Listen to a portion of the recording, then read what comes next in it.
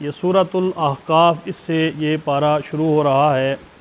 وَاذْكُرْ أَخَا عَادٍ إِذْ أَنذَرَ قَوْمَهُ بِالْأَحْقَافِ۔ احقاف ایک جگہ کا نام ہے، ایک سرزمین کا نام ہے، جس پر حضرت عاد کے بھائی حضرت ہود ان کی قوم جو ہے وہ آباد تھی اور اس کو وصیت کی گئی، تو اس حوالے سے اللہ نے اس سورہ مبارکہ کے اندر ذکر فرمایا ہے، جس کی مناسبت سے اس سورہ مبارکہ کو سورہ احقاف کہا گیا ہے۔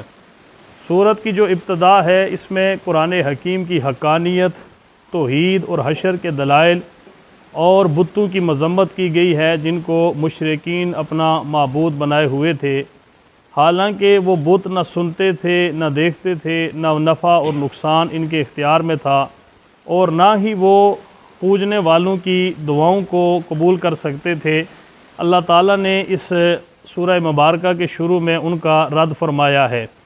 اس کے بعد جو مشرکین کے شبہات اور ان کے اعتراضات تھے، اللہ تعالیٰ نے اس کا رد فرمایا۔ آپ نے یہ دیکھا ہوگا کہ اس دن بھی میں یہ سورہ مبارکہ جو تلاوت کر رہا تھا کہ الہاکم التکاثر، کہ کثرت مال نے تم کو ہلاکت میں ڈال رکھا ہے۔ اکثر آپ نے دیکھا ہوگا کہ جن لوگوں کے پاس بہت زیادہ پیسہ آ جاتا ہے، وہ عبادت سے بہت دور چلے جاتے ہیں۔ آپ تراویحیں دیکھیں، تراویحوں میں آپ کو درمیانے لوگ جو ہے وہ نظر آتے ہیں، نہ وہ جو بیچارہ غریب ہے وہ تو ہے ہی ہے، لیکن درمیانے لوگ جو ہے وہ اس طرف زیادہ ان کا رجحان ہوتا ہے، دین کی طرف۔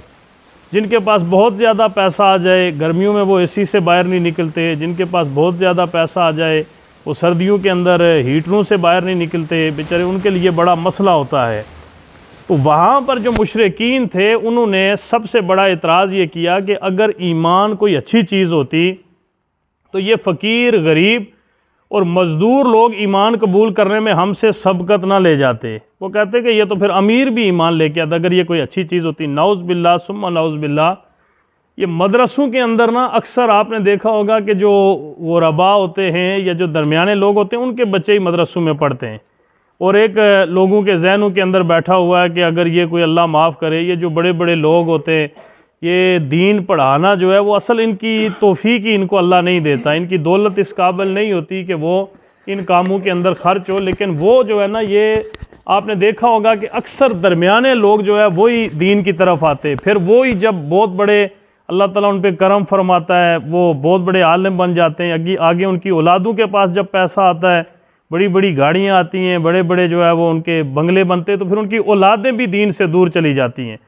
تو وہ اعتراض کرتے تھے کہ اگر نعوذ باللہ یہ دین کوئی اچھی چیز ہوتی، ایمان کوئی اچھی چیز ہوتی، تو یہ غریب، مسکین، فقیر لوگ یہی کلمہ پڑھ رہے ہیں، تو پھر جو بڑے دولت مند لوگ ہیں وہ بھی جو ہے وہ اگر ایمان کوئی اچھی چیز ہوتی تو وہ بھی ایمان ضرور لے کے آتے۔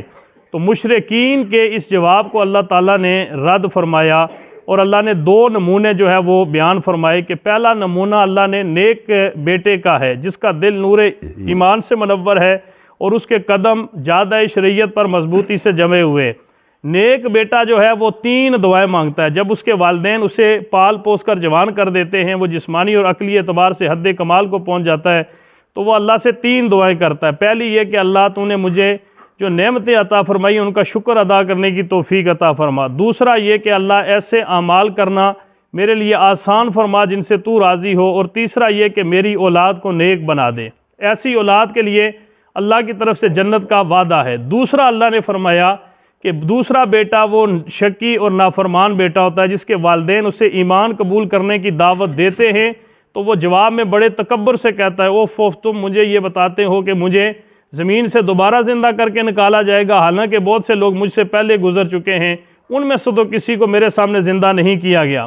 پہلا نمونہ ایمان اور ہدایت والوں کا ہے، اور دوسرا اہل کفر اور طغیان کا ہے۔ یہاں پر پھر قوم عاد کا جو قصہ ہے وہ بیان فرمایا گیا ہے کہ جنہوں نے حضرت ہود علیہ السلام کو جھٹلایا، اور اس کے نتیجے میں ان پر عذاب آیا اور انہیں تباہ و برباد کر دیا گیا۔ ان کے حوالے سے میں اس دن بھی یہ عرض کر رہا تھا کہ قوم عاد کے اوپر جو عذاب آیا، کئی دن جو ہے وہ ان کے اوپر شدید گرمی رہی، اتنی شدت کی گرمی کہ ایسے لگ رہا تھا کہ وہ تنور کے اندر جو ہے وہ بیٹھے ہوئے، شدید گرمی تھی۔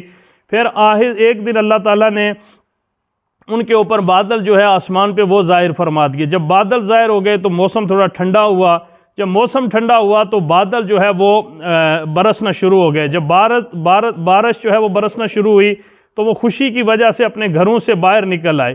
جب وہ اپنے گھروں سے باہر نکل کے آئے تو اللہ تعالیٰ کوئی بندہ گھر کے اندر نہیں تھا. جب وہ باہر نکل کے آئے تو اللہ تعالیٰ نے اتنی تیز ہوا اور طوفانی آندھی جو ہے وہ چلائی کہ قوم عاد کے لوگ بہت قد آور اور بڑے بڑے جسموں والے تھے. ہوا نے ان کو اپنے دوش کے اوپر اٹھایا، فضا میں لے گئی، یوں محسوس ہوتا تھا کہ کیڑے مکوڑے اڑ رہے ہیں. پھر انہیں زمین پر پٹک دیا، وہ زمین پر مردار پڑے، یوں محسوس ہوتے تھے گویا کھجور کے کھوکھلے تنے پڑے ہوئے ہیں. یعنی اللہ نے جب ان کے اوپر عذاب اللہ لے کے آیا تو اس طریقے سے نا پہلے گرمی پیدا کی، اتنی گرمی رہی کہ وہ بالکل گرمی سے تنگ پڑ گئے. پھر اچانک بادل چھا گئے، بادل چھائے، بارش آئی. بارش کے اندر جب وہ باہر نکلے تو اللہ نے ایسی ہوا چلائی، آندھی چلائی کہ وہ انہیں وہ اوپر لے کے چلی گئی. کوئی بندہ ایسا نہیں تھا کہ جس کو اس آندھی نے اوپر نہ اٹھایا ہو. بہت بڑے بڑے ان کے جسم تھے اور پھر زور سے اس آندھی نے نا ان کو زمین پہ مارا ہے اور سارے وہاں پر ملیا میٹ ہو گئے اور سارے وہاں پر مر گئے. اللہ تعالیٰ ایسے عذابوں سے ہم سب کو محفوظ فرمائے. پھر سورت کا جو اختتام ہوا، اس سورت کے اختتام میں اللہ تعالیٰ فرما رہا ہے کہ وہ ارض و سما کا پیدا کرنے پر قادر ہے تو وہ مردوں کو زندہ کیسے نہیں کر سکتا. پھر حضور صلی اللہ علیہ وسلم کے بارے میں فرمایا کہ یہ حکم دیا کہ اولو العزم جو انبیاء ہے ان کی طرح آپ بھی صبر کریں، صبر کا جو انجام ہوتا ہے ہمیشہ اچھا ہی ہوتا ہے. اس کے بعد سورہ محمد ہے. سورہ محمد جو ہے وہ اس میں ایک آیت ایسی ہے وَآمِنُوا بِمَا أُنزِلَ عَلَىٰ مُحَمَّدٍ کہ جو محمد پر نازل کیا گیا اس پر ایمان لے کے آؤ. اس وجہ سے اس سورہ مبارکہ کو محمد کہا گیا، سورہ محمد. میں نے اس دن بھی کہا تھا کہ اللہ نے کسی جگہ پر بھی حضور صلی اللہ علیہ وسلم کو محمد کہہ کے نہیں پکارا. ہاں، لفظ محمد قرآن میں ضرور آیا ہے. یہ بہت بابرکت نام ہے حضور صلی اللہ علیہ وسلم کا، لیکن اللہ نے آپ کو نام سے نہیں پکارا. جب بھی پکارا ہے القابات سے، یا ایھا النبی، یا ایھا الرسول، یا ایھا المزمل، طٰہٰ، یاسین. اس کے علاوہ جو محمد لفظ ہے یہ قرآن حکیم کی 5 سورتوں کے اندر اللہ نے لفظ محمد ذکر فرمایا ہے. سورہ آل عمران کے اندر بھی یہ موجود ہے، سورہ احزاب کے اندر بھی ہے، سورہ محمد کے اندر بھی ہے، سورہ فتح کے اندر بھی ہے اور سورہ صاف کے اندر بھی اللہ نے حضور کا یہ نام مبارک جو ہے وہ بیان فرمایا ہے. سورہ محمد کے اندر یہ زیادہ تر جہاد کے حوالے سے اور قتال کے حوالے سے اس سورہ مبارکہ کے اندر جو ہے وہ زیادہ موضوعات بیان کیے گئے ہیں. یہاں پر جو ہے وہ جنگ کے اندر جو احکامات تھے ان کو بیان فرمایا گیا ہے کہ اگر جنگ کے اندر کچھ لوگ قیدی ہو جائیں تو ان کے ساتھ کیا کرنا چاہیے. یہاں پر فرمایا کہ ان قیدیوں کو بطور احسان بھی آزاد کیا جا سکتا ہے. یا تو انہیں آزاد کر دیں، ان کے اوپر احسان کریں. دوسرا یہ ہے کہ فدیہ لے لیں، کوئی ان پر جرمانہ کریں اور جرمانہ لے کے انہیں چھوڑ دیں. تیسرا یہ ہے کہ ان کو قیدی بنا لیں اور قیدی بنا کے ان کو اپنے قیدیوں کے بدلے تبادلہ کر رہے ہیں. اگر کچھ آپ کے لوگوں نے قید کر لیے ہیں تو اس کے بدلے آپ ان سے تبادلہ کر رہے ہیں. چوتھی صورت یہ ہے کہ انہیں آپ غلام اور لونڈی بنا سکتے ہیں. لیکن غلام اور لونڈی بنانا فرض یا واجب کا درجہ نہیں رکھتا، بلکہ ایک انتظامی اور امکانی صورت ہے جسے بوقت ضرورت اختیار کیا جا سکتا ہے. شروع میں غلامی کا رواج تھا، لوگ غلام بنائے جاتے تھے. جس طرح نعوذ باللہ ہم نے گھروں کے اندر جانور رکھے ہوئے ہیں، اس طرح خرید کے انسان کو لایا جاتا اور اسے اپنا غلام بنا کے رکھا جاتا. یعنی بالکل نعوذ باللہ جانوروں سے بھی بدتر زندگی غلاموں کی ہوتی تھی. پورے خاندانوں کے خاندان غلام بنا کے ایک بندہ رکھ لیتا تھا. ان کی مجال نہیں تھی کہ وہ کوئی انکار کرتے. ان کی زندگی جانوروں سے بھی بدتر ہوتی تھی. اسلام آیا تو اسلام نے آ کے غلامی کا تصور جو ہے وہ ختم فرمایا، اور اسلام نے جہاں اور صدقہ و خیرات کے مصرف بیان فرمائے وہاں پر اسلام نے یہ بھی بیان فرمایا کہ اگر آپ اپنی دولت کو اللہ کے راستے کے اندر خرچ کرنا چاہتے ہیں تو پھر غلام خرید کے ان کو آزاد کریں. آپ اس بات کا اندازہ لگائیں کہ حضور صلی اللہ علیہ وسلم کے ایک صحابی تھے جن کا نام عبد الرحمن بن عوف تھا. انہوں نے مسلمان جو شروع کے اندر جو مسلمان غلام تھے 30,000 بندہ صرف انہوں نے اپنی دولت سے خرید کر جو ہے وہ غلامی سے آزاد کروایا. حضرت عبد الرحمن بن عوف رضی اللہ تعالیٰ عنہ، اسی طرح حضرت ابو بکر صدیق رضی اللہ تعالیٰ عنہ، جس طرح انہوں نے حضرت بلال حبشی، ان کے علاوہ کئی لوگوں کو اور آزاد کر کے غلام تھے آزاد کروایا. حضرت عثمان غنی رضی اللہ تعالیٰ عنہ نے کئی ہزار لوگوں کو غلامی سے آزاد کروایا. تو اس سورہ مبارکہ کے اندر جو ہے وہ جنگ، جدال اور قتال اور اس طرح کے غلام اگر لوگ بن جائیں تو اس کے حوالے سے احکامات بیان ہوئے. اس کے بعد سورۃ الفتح ہے.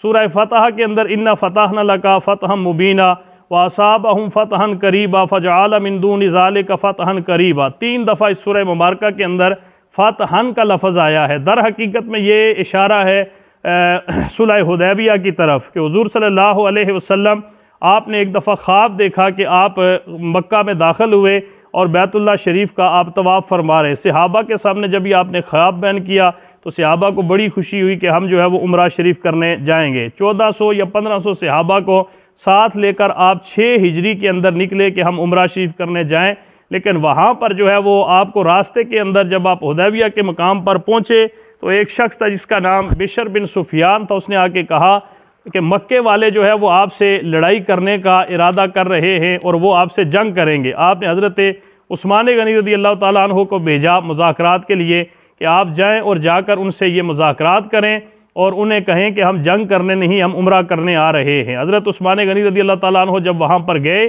تو حضرت عثمان غنی کے وہاں پہنچنے پر ادھر واپس یہ افواہ پھیل گئی کہ عثمان غنی کو شہید کر دیا گیا۔ اور جب افواہ پھیلی تو حضور صلی اللہ علیہ وسلم نے حدیبیہ کے مقام کے اوپر جو ہے وہ بیعت رضوان جس کو کہا جاتا ہے، سارے صحابہ سے اس بات کے اوپر آپ نے بیعت لی کہ اگر عثمان کو واقعتاً شہید کر دیا گیا ہو تو ہم عثمان غنی کے خون کا بدلہ لیے بغیر یہاں سے واپس نہیں جائیں گے۔ اس مقام پر اللہ تعالیٰ نے یہ آیت مبارکہ نازل فرمائی تھی کہ انما یبایعونک انما یبایعون اللہ ید اللہ فوق ایدیہم، کہ اے محبوب جب وہ تیرے ہاتھ کے اوپر بیعت کر رہے تھے در حقیقت میں وہ تیرے ہاتھ پہ نہیں بلکہ ید اللہ فوق ایدیہم، اللہ کا ہاتھ ان کے ہاتھوں پر تھا، وہ اللہ کے ہاتھ پہ بیعت کر رہے تھے۔ حضرت عثمان غنی رضی اللہ تعالیٰ عنہ جو ہے وہ شہید نہیں ہوئے تھے، لیکن صحابہ اکرام سے حضور نے بیعت لی۔ اب لوگ یہ کہتے ہیں کہ اگر حضور کو علم غیب ہوتا تو حضور پھر بیعت کیوں لیتے؟ ہم یہ کہتے ہیں حضور کو علم غیب تھا،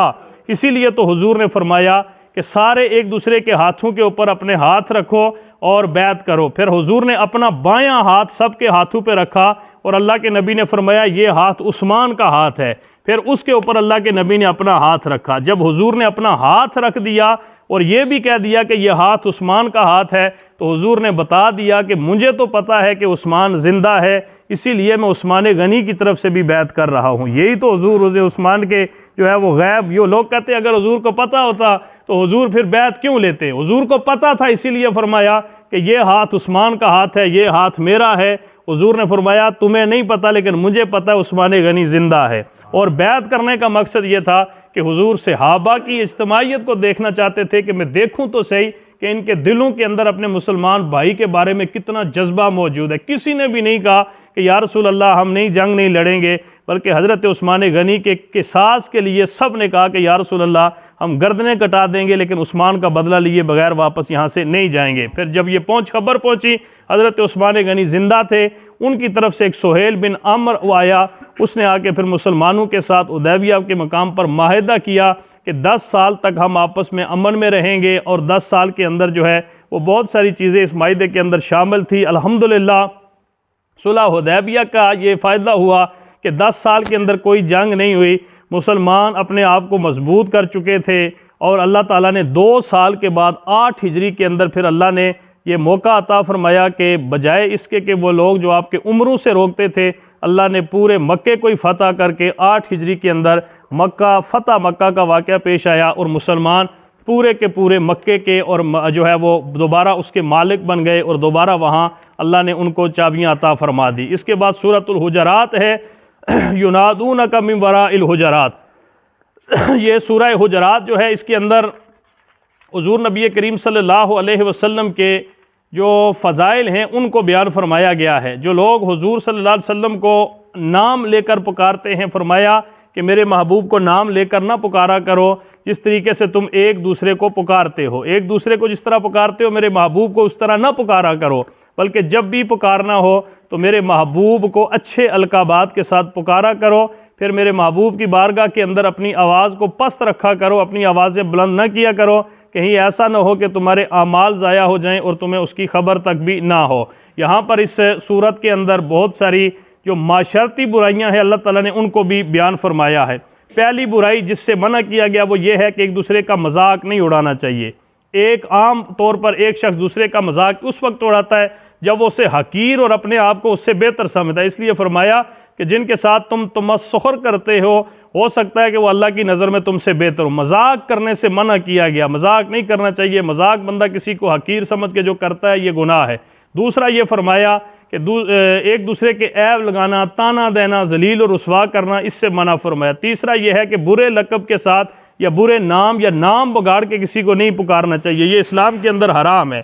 چوتھی برائی کہ کسی کے بارے میں بدگمانی نہ کرو، میں نے کل بھی اس حوالے سے درس دیا تھا، حضور نے فرمایا بدگمانی یہ بدترین جھوٹ ہے۔ پانچواں یہ ہے کہ مسلمانوں کے عیب اور کمزوریوں کو تلاش کرنا اور ان کی ٹو میں لگے رہنا یہ بھی حرام ہے۔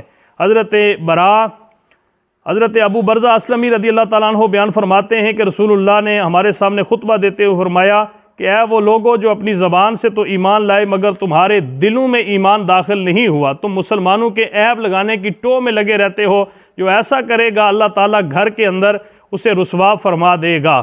چھٹی معاشرتی برائی جو ہے وہ اللہ تعالیٰ نے غیبت کرنے سے منع فرمایا۔ غیبت ایسے ہے جیسے اپنے مردہ بھائی کا گوشت کھانا، اس کے برابر جو ہے وہ کہا گیا۔ اس کے بعد سورہ کاف ہے، کاف والقرآن المجید، یہ سورہ کاف جو ہے یہ کاف حروف مقطعات میں سے ہے، اور اس میں قرآن حکیم کی قسم اٹھا کر اللہ نے اس سورت کا آغاز فرمایا ہے۔ 6 بار اللہ نے قرآن کی قسم جو ہے وہ اٹھائی ہے، صاد والقرآن ذی ذکر، کاف والقرآن المجید، ہا میم والکتاب المبین، ہا میم والکتاب المبین۔ یہ سورہ زخرف کے اندر، سورہ دخان کے اندر 2 مقامات پر اللہ نے یہ قرآن حکیم کی قسم اٹھائی ہے۔ پھر یاسین والقرآن الحکیم والطور وکتاب مستور، یہ اللہ نے 6 ایسے مقامات ہیں کہ جہاں پر اللہ نے قرآن کی قسم اٹھا کر سورتوں کا آغاز فرمایا ہے۔ اس کے بعد سورۃ الزاریہ ہے، زاریہ کا مطلب ہوتا ہے ایسی ہوا جو ہر چیز کو بکھیر دے، والزاریات ذروا، اس میں اللہ تعالیٰ نے ہواؤں کی قسم اٹھائی ہے، اس نسبت سے اس کو سورۃ الزاریہ کہا گیا ہے۔ اس سورت کے شروع میں اللہ تعالیٰ نے 4 قسم کی ہواؤں کی قسم کھا کر جو ہے وہ انسان کو یہ فرمایا ہے کہ قیامت ہو کے رہے گی، جس کا تم سے وعدہ ہے وہ سچ ہے اور وہ ضرور آ کر رہے گی۔ اس کے بعد متقین کی صفت ہے، اللہ تعالیٰ نے اپنی جو نشانیاں ہیں زمین، آسمان، پہاڑ، سمندر، ان کو بیان فرمایا ہے، اور پھر خود انسان کے حوالے سے اللہ نے اس کے اندر جو ہے وہ بیان فرمایا ہے کہ کروڑوں اور اربوں انسانوں میں سے ہر ایک کی صورت، رنگ، چلنے کا انداز، لہجہ، آواز، طبیعت اور عقلی سطح مختلف ہے۔ دنیا کے اندر اربوں انسان اس وقت بھی موجود ہیں، 8 ارب کے قریب لوگ اس وقت دنیا کے اندر موجود ہیں، لیکن ان کے جو یہ انگوٹھے ہیں کسی کے بھی نشان دوسرے سے نہیں ملتے۔ اللہ تعالیٰ فرماتا ہے کہ انسان دیکھو کہ ہر انسان، یہ نہیں کہ ہر انسان کو آپ دیکھیں گے تو دنیا میں 2 ایک جیسے انسان بالکل آپ کو نہیں ملیں گے، ہاں شکل تھوڑی بہت ملتی جلتی ہوگی، لیکن بالکل اللہ نے کوئی نہ کوئی فرق جو ہے وہ انسانوں کے اندر ضرور رکھا ہے۔ تو یہ اللہ تعالیٰ کی ہی شان ہے کہ اس نے اتنے ارب ہا انسان، کروڑوں اربوں انسان بنائے، لیکن ہر انسان کو دوسرے سے مختلف بنایا ہے۔ اللہ فرماتا ہے یہی نشانیاں ہیں میرے رب ہونے کی، لہٰذا اللہ اپنی ذات کے اوپر ہم سب کو کامل ایمان عطا فرمائے۔